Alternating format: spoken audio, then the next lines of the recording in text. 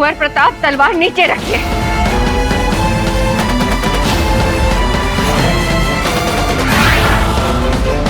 प्रताप, हमने कहा तलवार नीचे रखिए।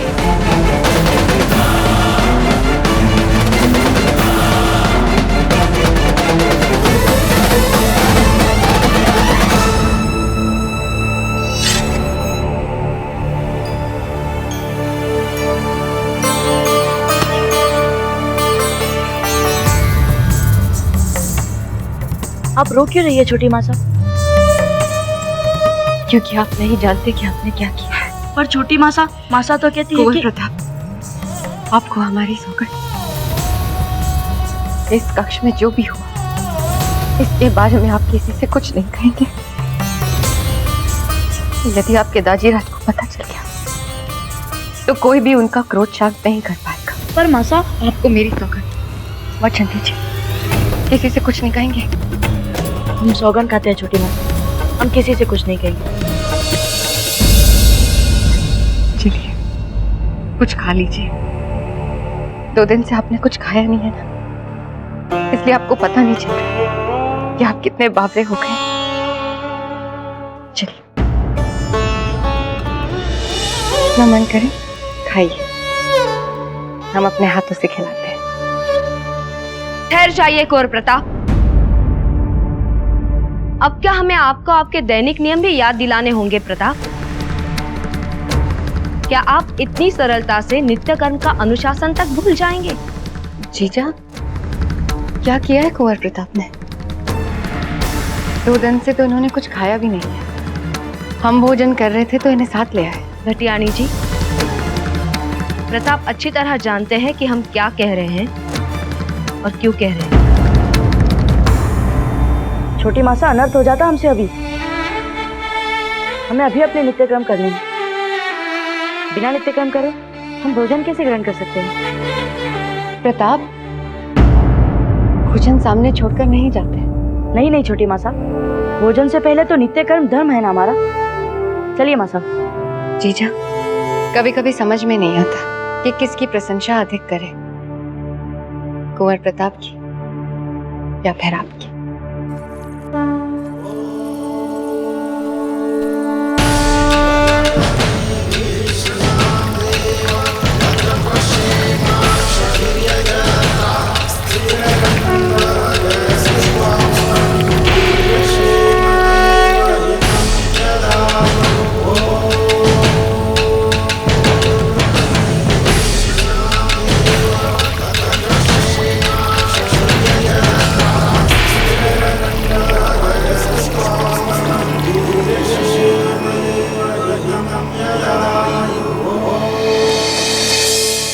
मासा, ये साफा कैसे बनते हैं? ऐसे या फिर ऐसे?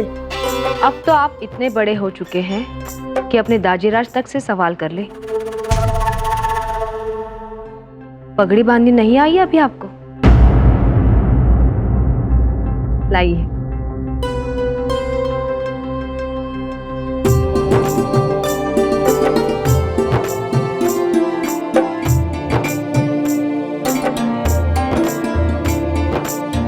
चलिए, पूजा का समय हो गया है।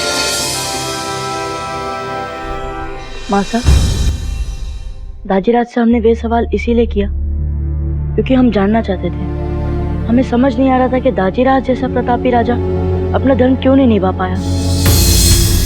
शम्स खान बड़े दरबार में दाजीराज का अपमान कर रहा था, फिर भी दाजीराज ने उसे उचित जवाब क्यों नहीं दिया? मासा, एक बात पूछे आपसे, क्या नित्य पूजा करना आपका धर्म है? बिल्कुल मासा। फिर कल आपने पूजा क्यों नहीं की? आप तो जानती है ना मासा कि हम 2 दिन से बंदी थे। अच्छा, एक और बात पूछते हैं आपसे।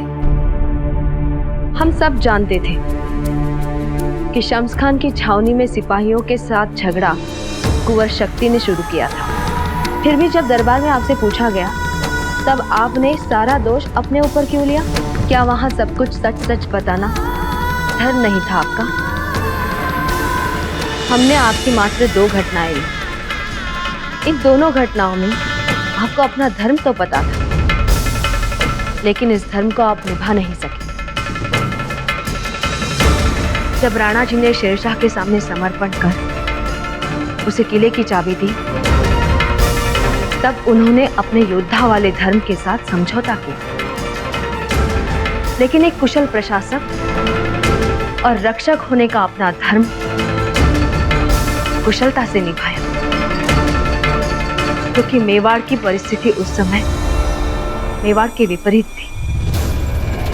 एक और युद्ध मेवाड़ को बर्बाद कर देता, इसलिए शूरवीर होते हुए भी प्रजा की भलाई के लिए राणा जी ने अपने शूरवीरता वाले धर्म के साथ समझौता किया। और कल जो दरबार में हुआ माँ साहब, यदि क्रोध में आकर राणा जी एक भी गलत कदम उठाते तो शम्स खान की छावनी उखाड़ फेंकने की उनकी सारी योजनाएं छिन्न भिन्न हो जाती। पता है राणा जी को शम्स खान से यह समझौता कितना महंगा पड़ा? महंगा? उसके लिए राणा जी को राजकोष से इतनी सारी स्वर्ण मुद्राएं देनी पड़ी है कि अब किले के कर्मचारियों का वेतन भी राणा जी को निजी कोष से देना पड़ रहा है। इसलिए कर्मचारियों ने अपना वेतन तक लेना बंद कर दिया है। कुंवर जी, एक राजा को युद्ध क्षेत्र में ही नहीं, युद्ध क्षेत्र के बाहर भी हर पल सूझबूझ की परीक्षा देनी पड़ती है।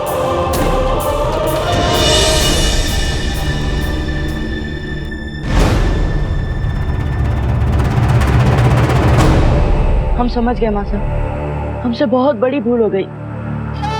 हम इसी समय जाके दाजीराज से क्षमा मांगेंगे।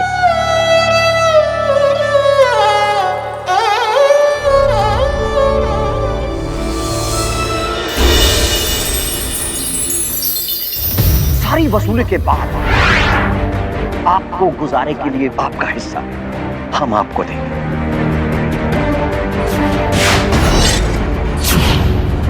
राजपूत सर कटा सकते हैं पर झुका नहीं सकते, लेकिन शम्स खान दरबार में मातृभूमि का अपमान करता रहा, फिर भी किसी राजपूत की तलवार उसे दंड देने के लिए नहीं।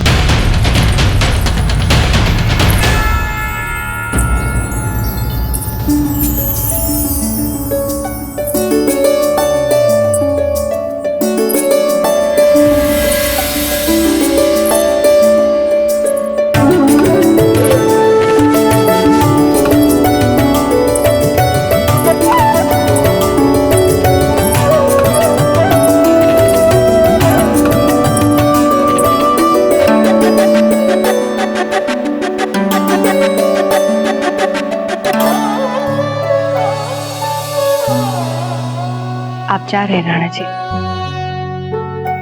हमें तो आपके साथ 2 घड़ी बैठने का अवसर भी नहीं मिला। और जब नसों में खून बदले की आग में उबल रहा हो तो महल के सारे सुख चैन शत्रु से लगते हैं। हम आपसे शिकायत नहीं कर रहे राणा जी, हम जानते हैं कि हमारी इच्छाएं मेवाड़ के राजा को अपना फर्ज निभाने से नहीं रोक सकती। हम ये भी जानते हैं कि आप पहले मेवाड़ के राजा हैं, फिर हमारे। वैसे किस मुहिम पर निकल रहे हैं? मेवाड़ की स्वतंत्रता के लिए आज हम पहला ठोस कदम उठाने जा रहे हैं।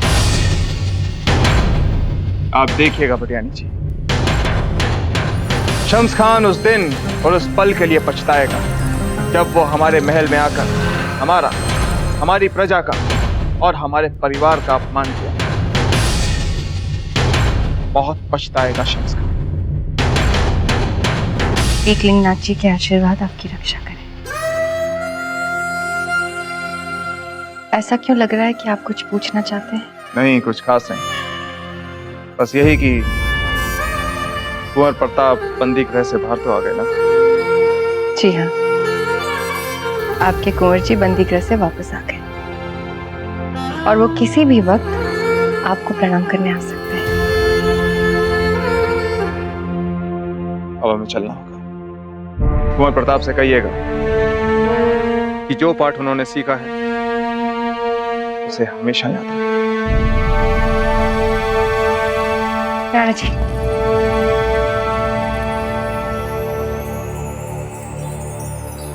एक बात कहें आपसे, जल्दी लौट कर आइएगा। आपके बिना एक क्षण भी सदियों समान लगता है।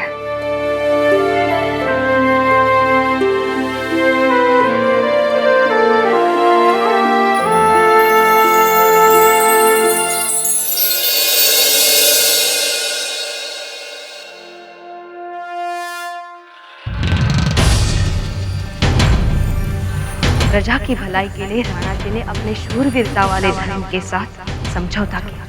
यदि क्रोध में आकर राणा जी एक भी गलत कदम उठाते तो शम्सखान की छावनी उखाड़ फेंकने की उनकी सारी योजनाएं छिन्न भिन्न हो जाती। दाजीराज अपने कक्ष में है? अन्नदाता तो अभी अभी गए हैं।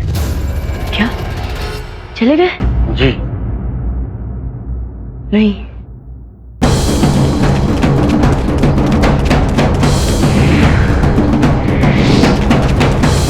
रुको दादा भाई,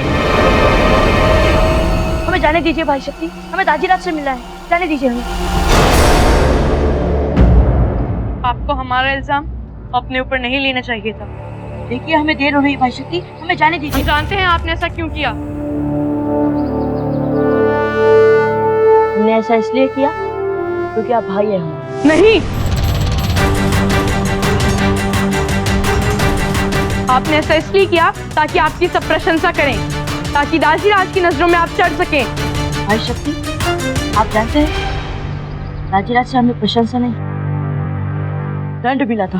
2 दिन महल में हम भी बंदी बनकर रह सकते थे, पर आप तो हमें कभी वीरता दिखाने का अवसर ही नहीं देते। आप उस दिन डर से थर-थर कांप रहे थे। तो क्या हुआ, हम कांपते कांपते दिखा देते वीरता, प्रशंसा तो मिलती हमें भी।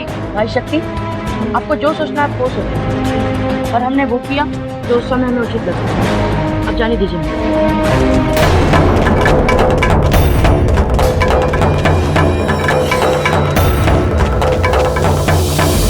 हमें जाने दे, हमें दाजीराज से मिलना है, जाने दीजिए हमें।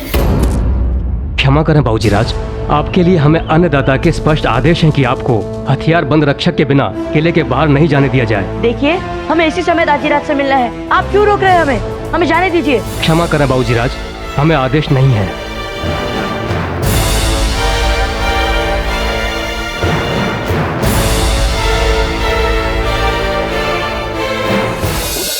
देवीदास दादा, हमें पता है आप दाजीराज के पास जा रहे हैं, हमें भी अपने साथ ले चलिए ना।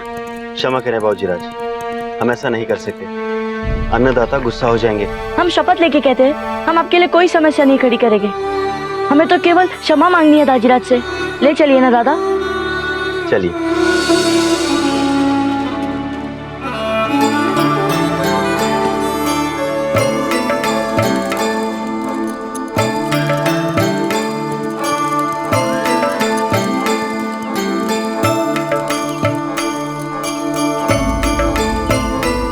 प्रणाम।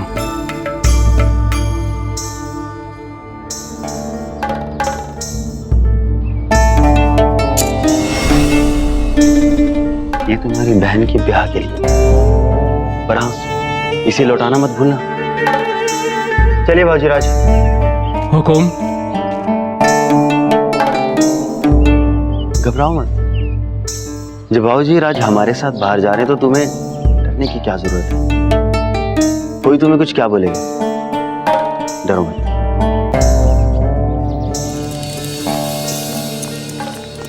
दादा, हाँ, दरबार में शम्स खान वाली झड़प के बाद में सुना है कि सभी राज कर्मचारियों ने वेतन लेना बंद कर दिया है। फिर आपके पास में इतनी सारी अशर्फियाँ कहाँ से आ गई? वो क्या है ना बाबूजीराज कि हम बचत बहुत अधिक करते हैं, तो अगर किसी गरीब को किसी काम की जरूरत पड़े तो उसका काम ना रुके। अच्छा अभी हम चलते हैं, हमें बहुत देर हो रही है। अन्नदाता भी बैठक में पहुंच चुके होंगे ना। दाजीराज कौन सी बैठक में गए हैं? इसके हमें कोई जानकारी नहीं बाबूजीराज, अभी हमें तुरंत चलना चाहिए।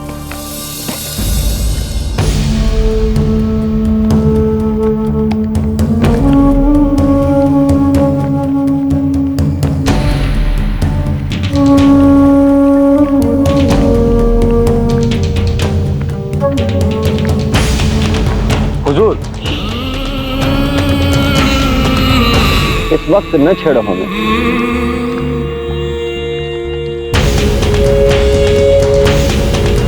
इनायत खान, तुम हमें अपनी मेहनत का मजा ही नहीं ले देते। कब से नजर थी उदय सिंह के इस घोड़े पर हमारी, आज ये तोहफे में हमें मिल गया है, तो हमें इसका लुत्फ तो उठाने दो। राजपूतों के घोड़े पे चढ़ के राजपूतों का ही सर कुछ लेंगे, कितना मजा आएगा। और फिर फक्र से तुम सब हमारे लिए नारे लगाओगे, शम्स खान जिंदाबाद। गुस्ताखी के लिए माफी चाहता हूँ तो मैं तो सिर्फ इतना कहने आया था कि उदय सिंह के यहाँ से अशर्फियों की पहली खेप आ चुकी। खुद को कितना शूरवीर समझता था उदय सिंह, लेकिन दरबार में चूहा बन गया और सारा का सारा मेवाड़ आपके कदमों में लाके रख दिया।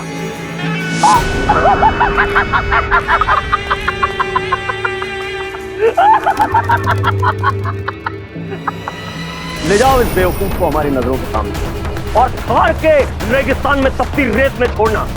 भूख प्यास और लू के थपेड़ों से तड़प तड़प के मरना चाहिए बेवकूफ। अगर ये तू सोचता है कि उदय सिंह ने हमसे घबरा के हमें ये सब दिया है, तो फिर तेरे जैसा बेवकूफ दुनिया में दूसरा नहीं है। उदय सिंह तो इसलिए चुप था क्योंकि वो हमारे खिलाफ एक बड़ी साजिश रच रहा है। वो नहीं चाहता कि उसकी साजिश पकने से पहले खुल जाए। राजपूतों की रगों में चीते का खून होता है, वो कभी खामोश नहीं बैठेंगे। हम उन्हें जितना दबाएंगे वो पलट के वार करने के हम पे उतने ही मंसूबे बनाएंगे। मैं सूंघ रहा हूं एक साजिश। उदय सिंह, मुझे बड़ी बड़ी बेसब्री से इंतजार है तेरी एक कमजोर से जवाब का। उधर तू धोखे से हम पे हमला करे और हम तेरा सर अपनी जूती से कुछ यूं कुछ यूं कुछ यूं यूं यूं यूं यूं।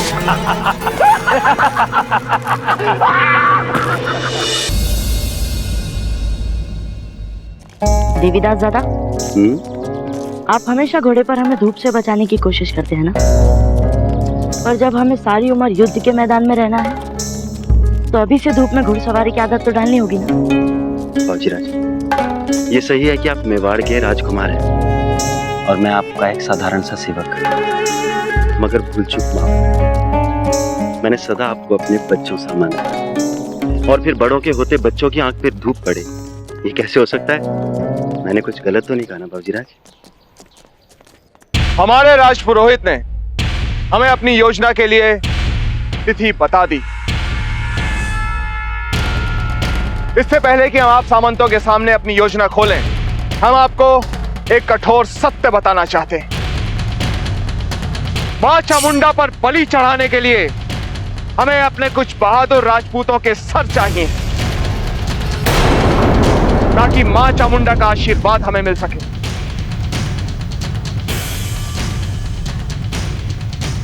हम तंबू के अंदर बैठे हैं, आप लोग आपस में सलाह कर लीजिए कि कौन इस पुण्य कार्य के लिए अपने प्राणों की बलि देने के लिए तैयार है। जो भी तंबू में हमारे पीछे आएगा उसे बलि के लिए तैयार समझा जाएगा।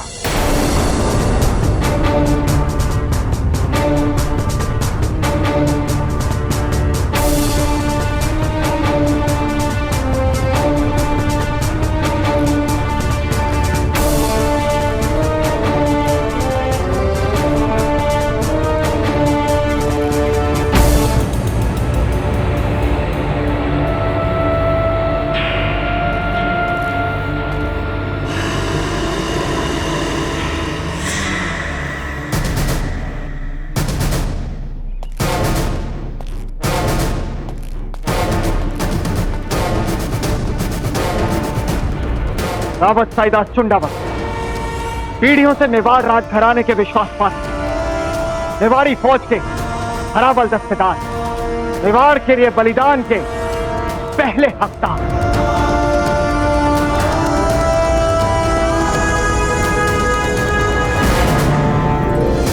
राज राणा सूरतन सिंह, इनकी तलवार हवा से भी तेज चलती है।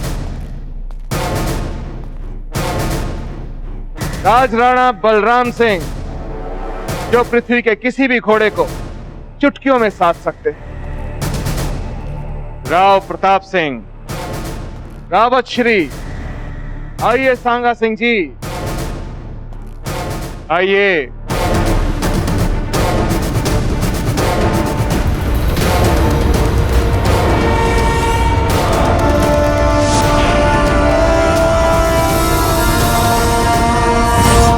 आप सभी शूरवीर हैं, मेवाड़ के राज सिंहासन के प्रति वफादार।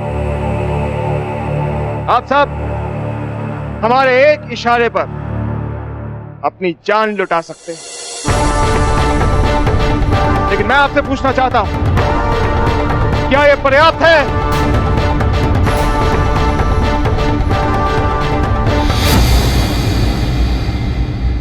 क्या हुआ देवीदास दादा, हम रुक क्यों गए? बाबूजीराज, लगता है अन्नदाता की बैठक आरंभ हो चुकी है। आप यहीं रुके और उनकी प्रतीक्षा करें। बैठक के बीच में वहां नहीं जा सकते, लेकिन मुझे उनकी सेवा के लिए वहां मौजूद रहना, इसलिए मैं जाकर अपनी तैनाती लेता हूं। आप चिंता ना करें दादा, हम यहीं रुक के दाजीराज की प्रतीक्षा कर लेंगे।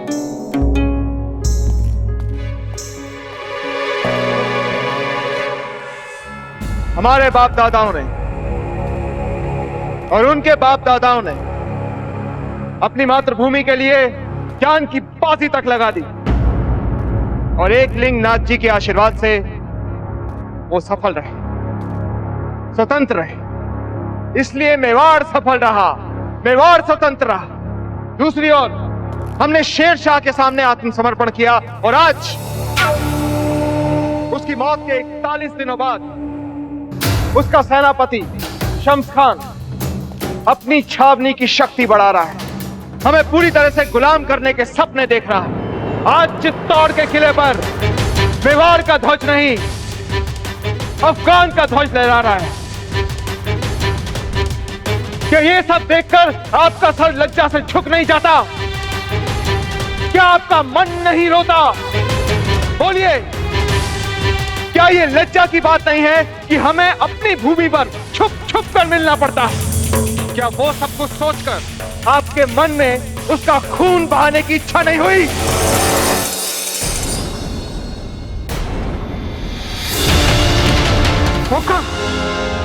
आप आदेश करें कि क्या करना है। आपके एक इशारे पर हम हंसते हंसते मेवाड़ के लिए अपना जीवन बलिदान कर सकते हैं। सोच लीजिए एक बार फिर, क्योंकि बलिदान की राह पर चलने वालों के लिए वापसी का मार्ग नहीं होता। आज्ञा दीजिए महाराज, हम हर बलिदान के लिए तैयार हैं। हाँ हाँ, तैयार है, तैयार है, तैयार है, तैयार है, तैयार है, तैयार है, तैयार है।